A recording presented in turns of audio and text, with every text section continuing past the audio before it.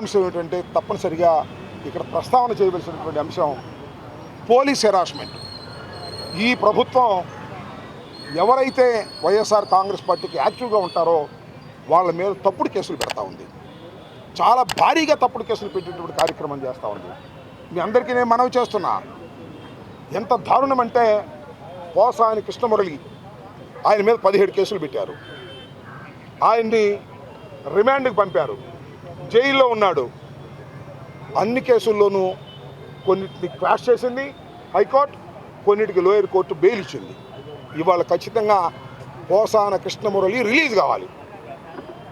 మీ దుంపదేగా ఆయన పేరేంటా నారా లోకేష్ మా రాత్రి ఒక కేసు పెట్టించాడు చీకట్లో, ఇవాళ రిలీజ్ కాకుండా ఉండేందుకు ఏంటి దుర్భాగ్యం అడుగుతా ఉన్నా.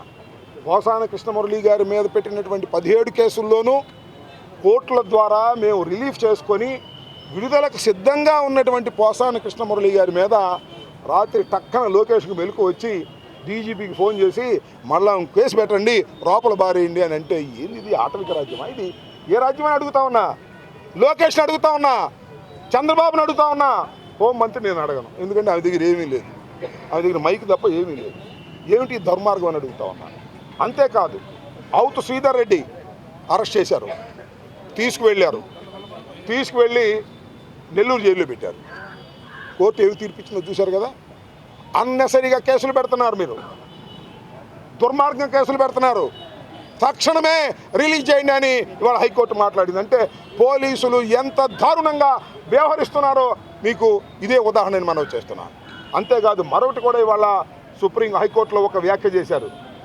మన ప్రేమ్ కుమార్, మన గుంటూరు జిల్లా వాసి, ఆయన ఒక పోస్ట్ పెట్టాడు. పోస్ట్ పెడితే దానిలో ఒక నటన ఏంటంటే, ఈ రోడ్ ట్యాక్స్ చంద్రబాబు నాయుడు గారు కట్టమంటున్నాడు, నువ్వు కట్టు డైమండ్ అంటే డైమండ్ 10 రూపాయలు ఇస్తాడు, నేను తీసుకుంటాను. అది దోపిడీ అంట. దోపిడీ కేసు పెట్టేశాడు.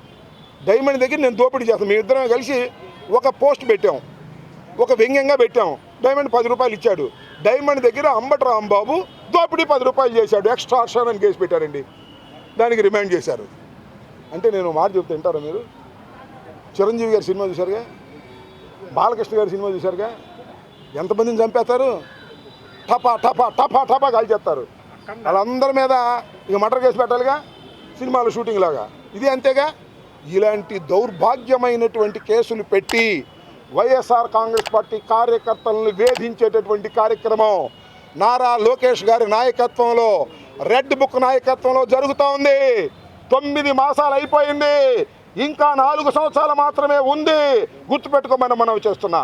అన్యాయంగా అక్రమంగా కేసులు పెడితే ప్రజలు సహించరు, న్యాయస్థానాలు సహించవు.